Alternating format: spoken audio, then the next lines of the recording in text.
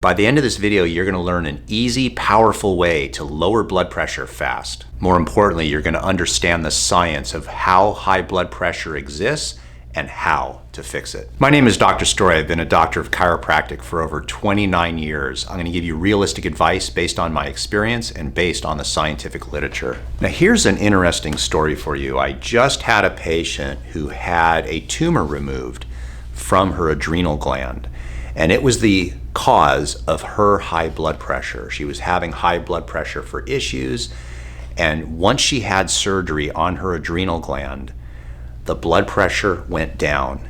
You are going to learn how exactly that happened. The important thing to know is that this is a very rare cause of high blood pressure. Most people, including you and I, are going to get what's called essential high blood pressure, which means they just don't know the cause.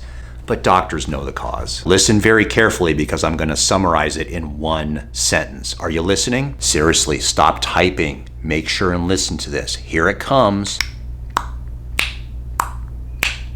Essential hypertension or high blood pressure must be considered a nutrient deficiency of potassium. Here's the science behind high blood pressure. Now, if you don't want to understand this stuff, then just fast forward the video and get to the point where I tell you how much potassium to take per day, what foods to eat, all that stuff. But it'd probably be better if you understood why this occurs. So your blood pressure will start with the story of the kidney. The kidney produces a hormone called renin.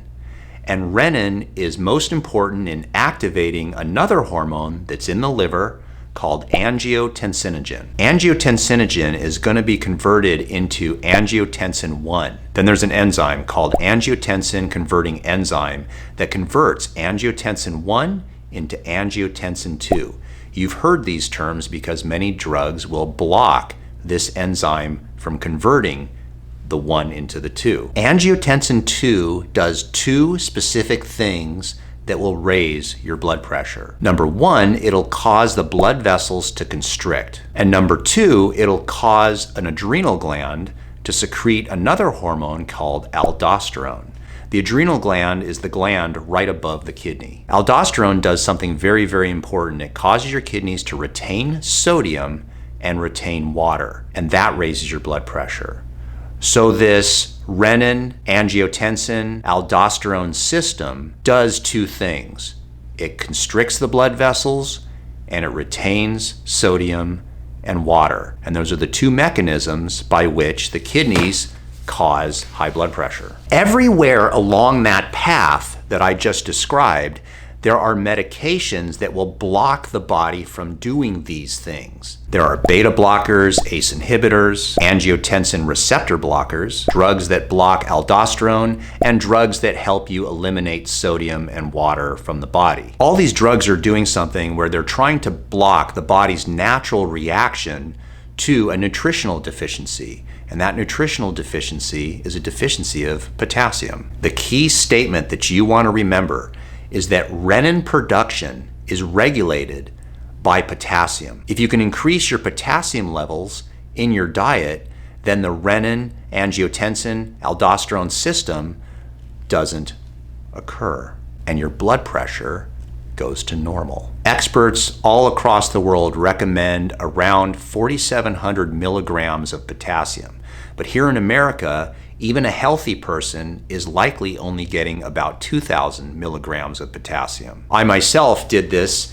I took the healthy diet that I normally do, and I calculated how much potassium was in my diet, and I was shocked that I was not even getting the right amount of potassium. There has been research that has estimated that less than 25% of all males and less than 1% of all females in America are getting at least 4,000 milligrams of potassium a day. Now, what foods are we supposed to be eating to get enough potassium? At the end of the video, I'll have a little box on the right-hand corner that will give you more examples of foods. But to cut to the chase, it's fruits, vegetables, meat, and fish. Those foods have the highest concentration of potassium. What's interesting is there are many meta-analyses that study other studies, and the general conclusion is this: that supplementation is very often needed. How much supplementation? Around 2,000 to 2,500 milligrams of potassium for the average person.